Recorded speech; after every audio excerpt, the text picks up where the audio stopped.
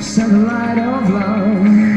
Boom, boom. Satellite of love. Boom, boom. Satellite of love.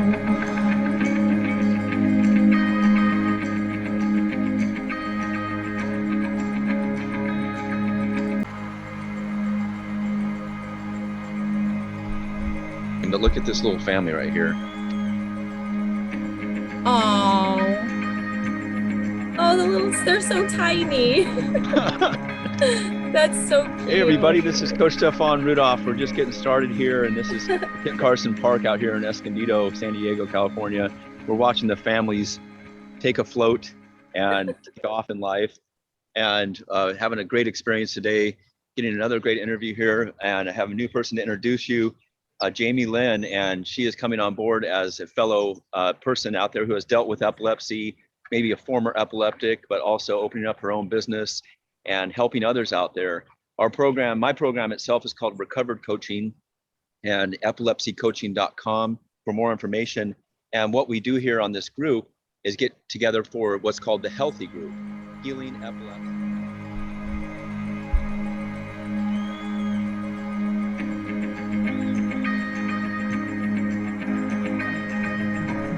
So everything that we can to stay healthy. And I'd love to introduce Jamy Lyn. Jamy, how you doing? I'm good. I'm excited to talk about this. Yeah, the perfect timing when the ducks and the family float up and how life goes on the flow. You were telling me a little bit right before we started recording about your journey. So I'm really excited to have you on board. Tell us kind of how you started with the epilepsy, what happened, and more about yourself. So it's always hard to start with like where it started, right? I don't know. I say that I was sick my whole life. There was always something going on. There was always something wrong. In 2014, I had everything. I had a great job. I had just got promoted. I was engaged. I had, an apartment and a car, and, I had my dog. I had life going on for me. I had just got my dog at that point. And then I lost everything.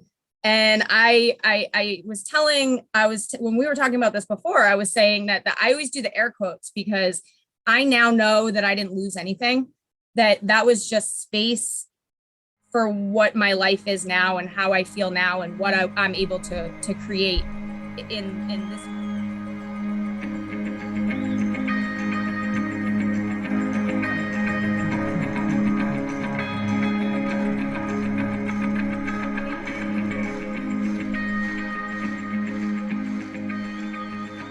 In this moment is because of the space that was made for me in the past. So I lost everything, but at that time, and that's how it felt.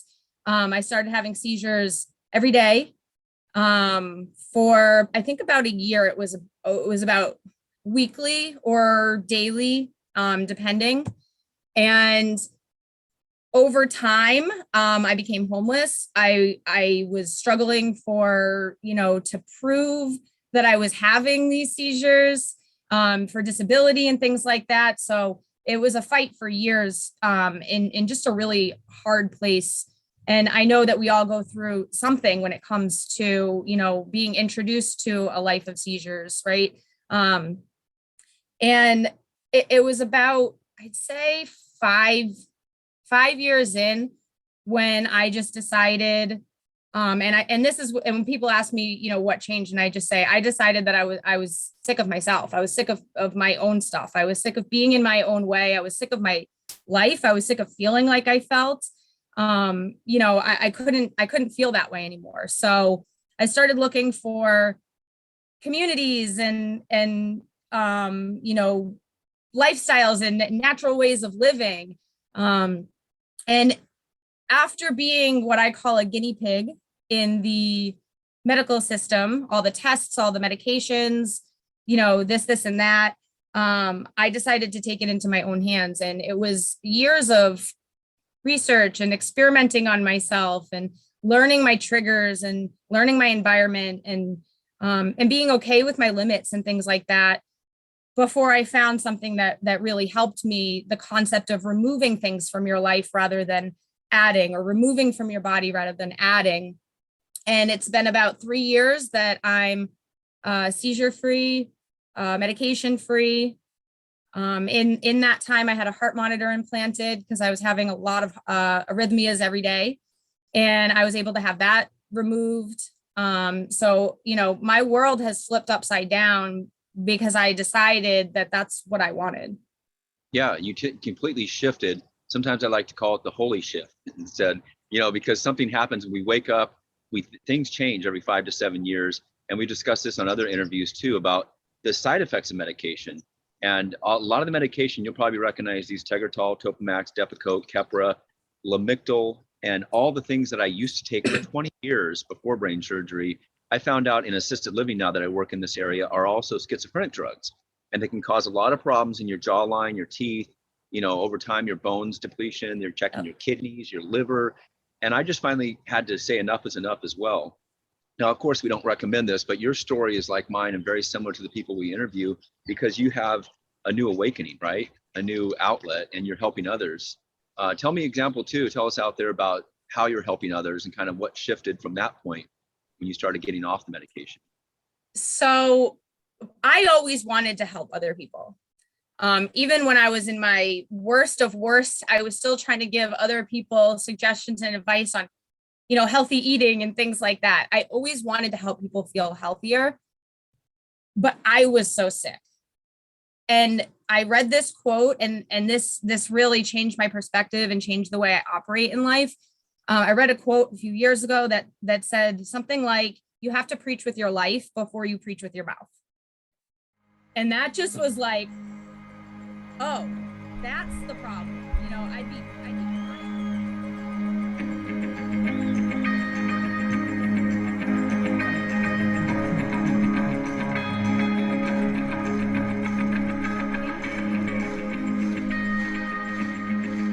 And that just was like, oh, that's the problem. I'd be crying. Why does nobody want me to help them? Well, look at what I'm experiencing. They don't want to experience what I'm experiencing, right? How could I have been someone to teach someone health when that was my mentality? How could I teach somebody health when I'm, feeling the way that I'm feeling? So I started focusing on me and, like I said, learning my limits, being okay with them, my, sensory things, my lifestyle, what I'm eating, things like if I feel like I'm a little stressed or a little worked up, am I going to push further? Am I going to be like, okay with like sitting and, just getting to know myself in that way. And I really became an example of that. And that was my focus, and that was my choice. And as I became healthier, other people started asking me for help. I want to look like that. I want to feel like that. Things like, when you're on medications, like my skin was terrible. It was just like blotchy and always itchy or something. There was always something going on. And now people are always like, oh, you're glowing. I want to glow too. Right. So that's kind of the process of it. But what what I feel is my purpose, I always say our struggles, our challenges, our heartaches, our pains, they all lead us to our purpose if we let it, if we let them, right? So that led me to wanting to teach other people about how to, not exactly how, now I'm at the how to, but it started with the possibility of healing. Because I had to ask myself at some point, do I really believe that this is possible? Do I believe in healing? Do I believe it's a possible thing? Or is it just something I'm saying I want? Well, I want that, I want it, but it doesn't matter what you really want if you don't believe that it's really possible, right? So I had to really dig into that, and I started helping people with that. And now I'm on the path of just helping people with what I call drugless medicine, which is, anything that isn't pharmaceutical. It's, it's natural. It's from the earth. And that's on a physical level, but a lot of it is working with the belief and mentality and, working with that real, our beliefs biologically create our reality. And that is something that I love to work with people on. And, you know, seizures are something that's close to my heart. So I do help a lot of people like with that, but I'm now able to see healing as a whole and realize that it doesn't matter what somebody is struggling with, that if they can focus on the belief and healing the whole, then healing is possible. Yeah, I'd like to say see yourself like seizures and be able to understand what's happening. You hit it right on the head. When I started having the seizures, it was because of a football injury, and I took medication, but I never changed my lifestyle. So people that don't change their lifestyle, Yep. I did the same thing. It worked for a couple of years, Tegretol, but then it would start falling off. I'd have seizures. Then they put you on another medication. I never asked what I'm eating or what I'm drinking. I never really paid attention to that, right? And you wake Exactly. up and you realize red dye 40, yellow dye, all these dyes and chemicals. Plus, you said a good point: sleep, your lifestyle, how you feel. It's really paying attention. When an aura came on, I started saying, "What did I eat? What did I drink? Right? Or did I sleep? Or was I thinking stress?" You know? Yeah, exactly. Mm-hmm. And it's I love that you mentioned that, because it starts with being aware of an aura, right? Like, you know, and that's what we focus on, because we focus on the moment that we are suffering. So we go to that immediately, but instead of focusing on that aura, how about we focus on preventing that? Like, what along the way are we do, right? Like, a lot of times, you said meditation over medication before. And I love that concept, because that's what that is. And that whether it's in the moment of the aura or it's becoming aware before it's choosing to be aware. And if we can just stop for a moment and be like, I'm okay. Everything is okay.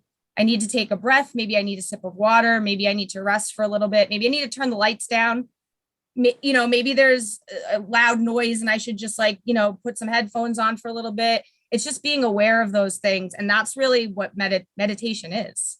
It's becoming aware of the two entities. And you're saying a lot of key things, because we have to become aware of it. Now, we are talking to ourselves in that context.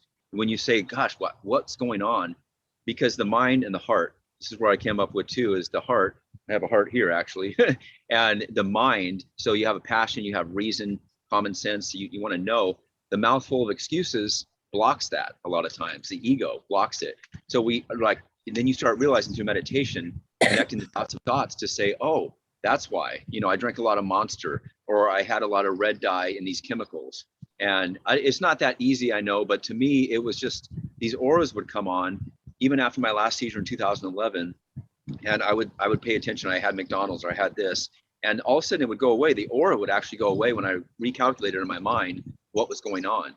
It was so weird, but I understood. Because your belief created your biology, and that's a real thing, right? I love that you mentioned the chemicals and the dyes, because that's one of the things that's the most important that we don't realize is we're trying to make things better for ourselves, but we're continuously contributing to it. We already live in a toxic world.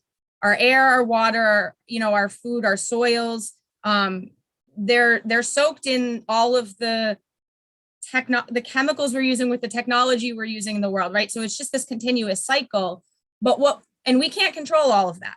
We can't control the whole world around us, but we can control what we're putting in our body, right? So if we can be aware of not just the calories, or, is this a dessert or is it a meal, because we think dessert's healthier than a meal's healthier than a dessert, right? And instead of thinking like that, why don't you just look at what's in the food? If you don't understand the label and you don't know what those ingredients are, it's probably not something you should be putting in your body.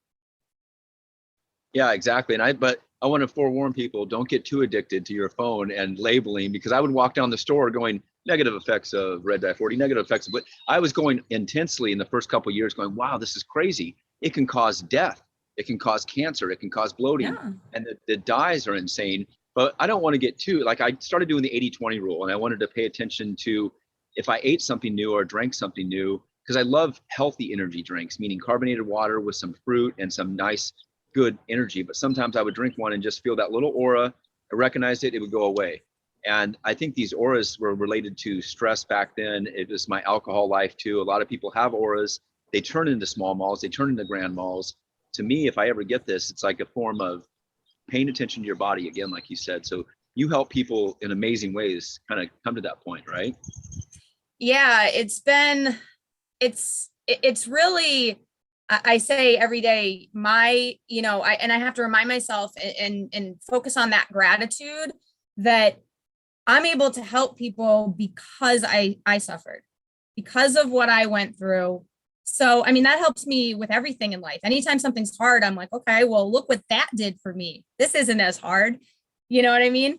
But it's amazing to be able to help people every day just come to the realization that they're in control of their health, that they get to decide and choose what their reality is. And I think a lot of us, it's scary, right? You're having seizures and things like that. It's scary. And it's just, what can help? And we go straight to, like, for me, all I ever knew was doctors and medication and things like that. And that had to be the answer. But we are so much more, our own bodies have so much more capability and ability than we give them credit for. And if we can just, like, realize the power we have, right, then anything is possible. I think they said we use less than 10% of our conscious mind, or whatever the percentage is. We're not really awoke in the fact spiritually. And when you become like that, I started realizing there's nobody. I have a quote here. There's nobody like my body. I'm not like anybody. I'm not like somebody. And I'm the one body that matters most. So if it works for you, but then I try it and it's not working, it's kind of like how medication was. The doctors, and I sold pharmaceutical drugs, by the way. So I remember promoting these drugs, and one of them was an antidepressant drug. And there were 10 of them on the market. And if Prozac didn't work, they would try mine. But if mine didn't work, they would try another. They just go down the list. Here, oh, this didn't work, right? And I was on the other side. I was the guinea pig on the other side of that. Yeah. You were on how many? 35 medications? Yeah, I did. My last job, the job I lost, was I was working in the medical field. Okay. But yeah, I was on 37 prescription pills a day at one time. Jeez. And what are they called? Once, twice, there's a term for it, 3 times a day. You're having to take them. And you probably had a box full, right? I love that you say that, because this is I call it my, I fell, all the things that can happen when you're having seizures, right? But this is my most traumatic memory. Sitting down in my mid-20s every Sunday night to fill my what I call my pill bucket, and crying. Like, this is my life, right? That I was maybe 26, 27 years old when it started. And this is it. And I'd sit there and I'd look at that as like a representation of what my life had become. Yeah. Yeah. A lot of people, I call it the 7-year shift again, 18, 25, 32, 39. I started having these shifts, big changes in my life. And you were going through that 25, 26, 27 to say, like, look at my life. And then you're crying because this is what you wanted at 18 was a certain life.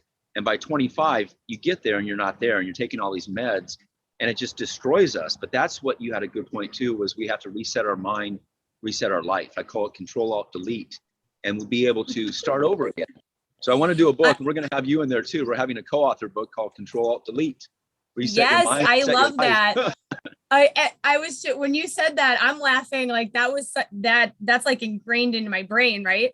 The Control Alt Delete. But like, kids now might not even know what that means sometimes. I know, because they don't use the keyboard anymore. I know it's awesome though. I love that. Yeah, I think it's important that we talk about these success stories or these healing stories, because when you're in it, it's just like that's not possible. Especially when you are suffering, when you're in a moment of a seizure, or whatever it is that you're experiencing, it feels like these things aren't possible. But when you hear other people's stories, you see what's possible, right? And a lot of what we know is only because of our what we've been taught, which can be just our experience even.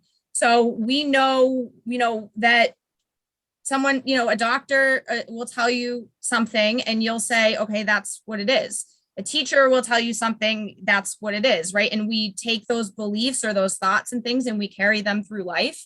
And at any point we get to decide that that's not true and that's not the reality, but we have to be able to see, other people or other examples or little glimpses of hope that is possible for us.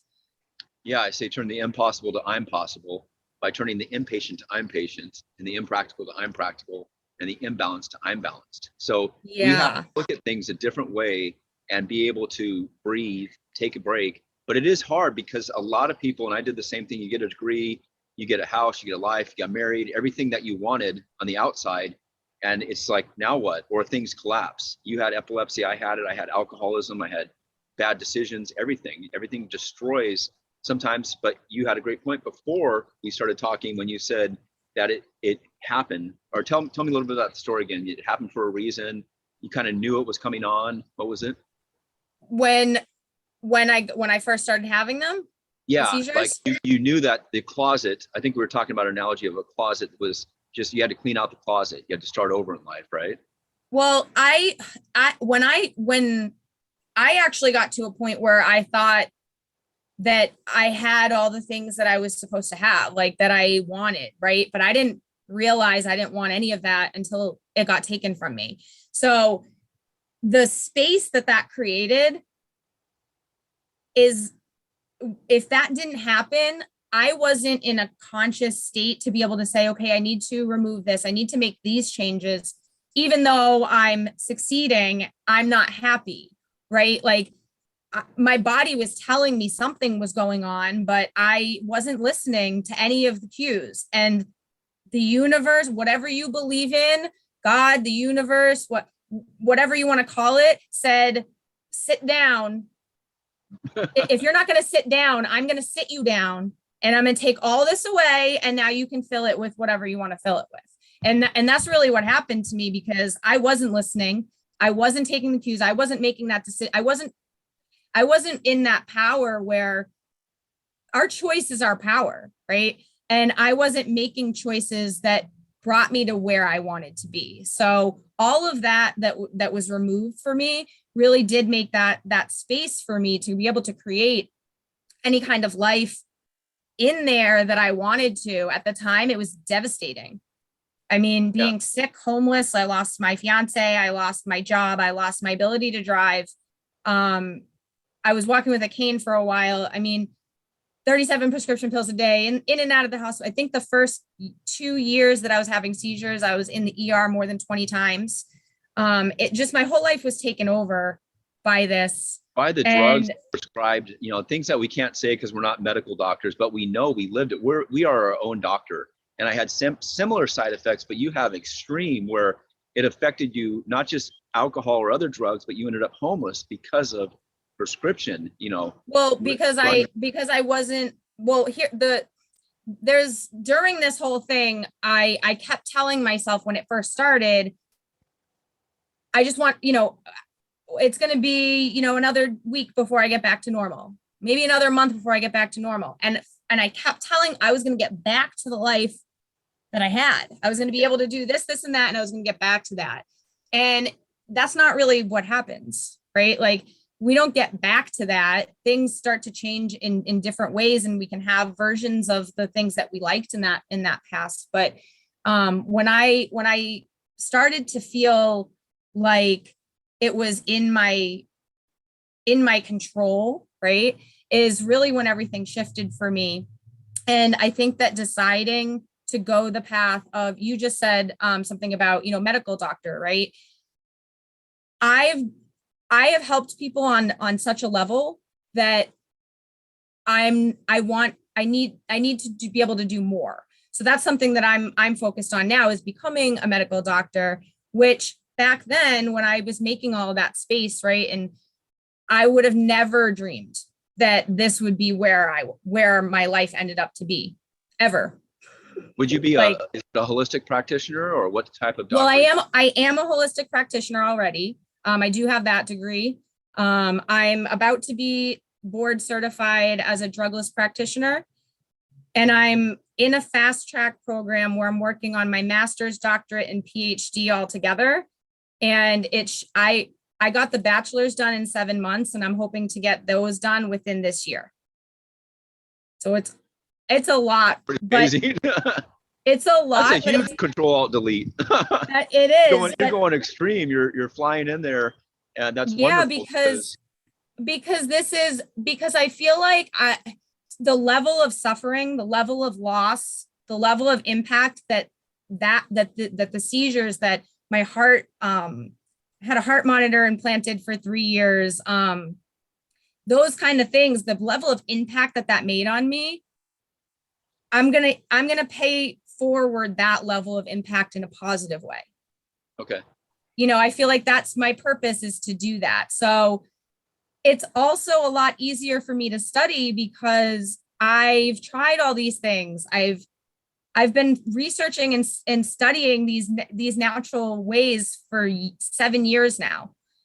So a lot of what I'm learning is just giving words to what I didn't really know how to explain before. And now it gives me the credibility to be able to actually really help people. So it's exciting, but it is a lot. Tell everybody also, Jamy, how they can get a hold of you. I'll have your link up here and then the information down below in the description, but tell us about your contact information. My email is really the best way to get in touch with me. I mean, I'm on Facebook. I can put that link up there to get in touch with me. I share a lot of my story on Facebook.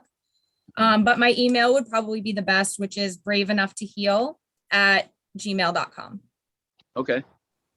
Wonderful. And do you have anything else you want to add, or what your next step is? I know you're coming up, but what do you see yourself in the next 3 to 5 years? Well, in the next few months, I hope to open up an online practice for drugless medicine to be able to start to reach people and just give the support and options that we don't always know are available, and to be able to give that support along the way. I'm at this point, after going through something where I lost everything, I now, I have plans, and I always do vision boards and things like that, but I'm really happy with just letting life kind of happen and feeling it out along the way. So one tip suggestion I just wanted to give everybody, or maybe a challenge kind of thing, in the next, week or so, focus, don't try to silence your symptoms, try to listen to them, because that's a really good starting point if you want to start to change your life. I love that. Yeah. Don't try to silence them, listen to them. Because a lot of it is embarrassing. I like to call it, from my era back in the 70s and 80s, but Leave It to Beaver generation, when before in the 50s and 60s, they would say everything's fine, everything looks perfect, I love Lucy time, everything is perfect on the outside, because they were so concerned about what neighbors thought. And if you had epilepsy back then, they sent you off. Or if you got pregnant, right, in the high school, the girls would be sent off to a special school. So they hid everything. And that's what a lot of people did. And we're going to have Liz back on here again. What I did. Yeah. And we try to hide it. And more of like, probably how I ended up homeless, because I wanted to hide. I didn't want to ask for help. I didn't want anybody to know how much I was suffering. Right. See, and that's what kills us too. I talk about that with alcohol, because we want to hide it. And the dis-ease, right? The Wayne Dyer stuff, the thing that Tony Robbins talks about, but Louise Hay, people that changed my life, they said there's not an ease in your life, and you can change it, but you have to come to a point where we're at right now, talking about it, going out there, just working with others, right? Yeah, absolutely. Well, it's wonderful, Jamy, having you on here. I'll have your contact information on here, and we'll have you on again too with Liz. She's up in Canada. Couldn't make it today. She's always busy, as these mothers and fathers are with their loved ones. This is great to see them out here. They weren't here about 2 months ago, and all of a sudden it's been a busy spring, huh? That's nice. So they're hanging out, and we'll grow from there. So thanks again, Jamy. Thank you. This was great.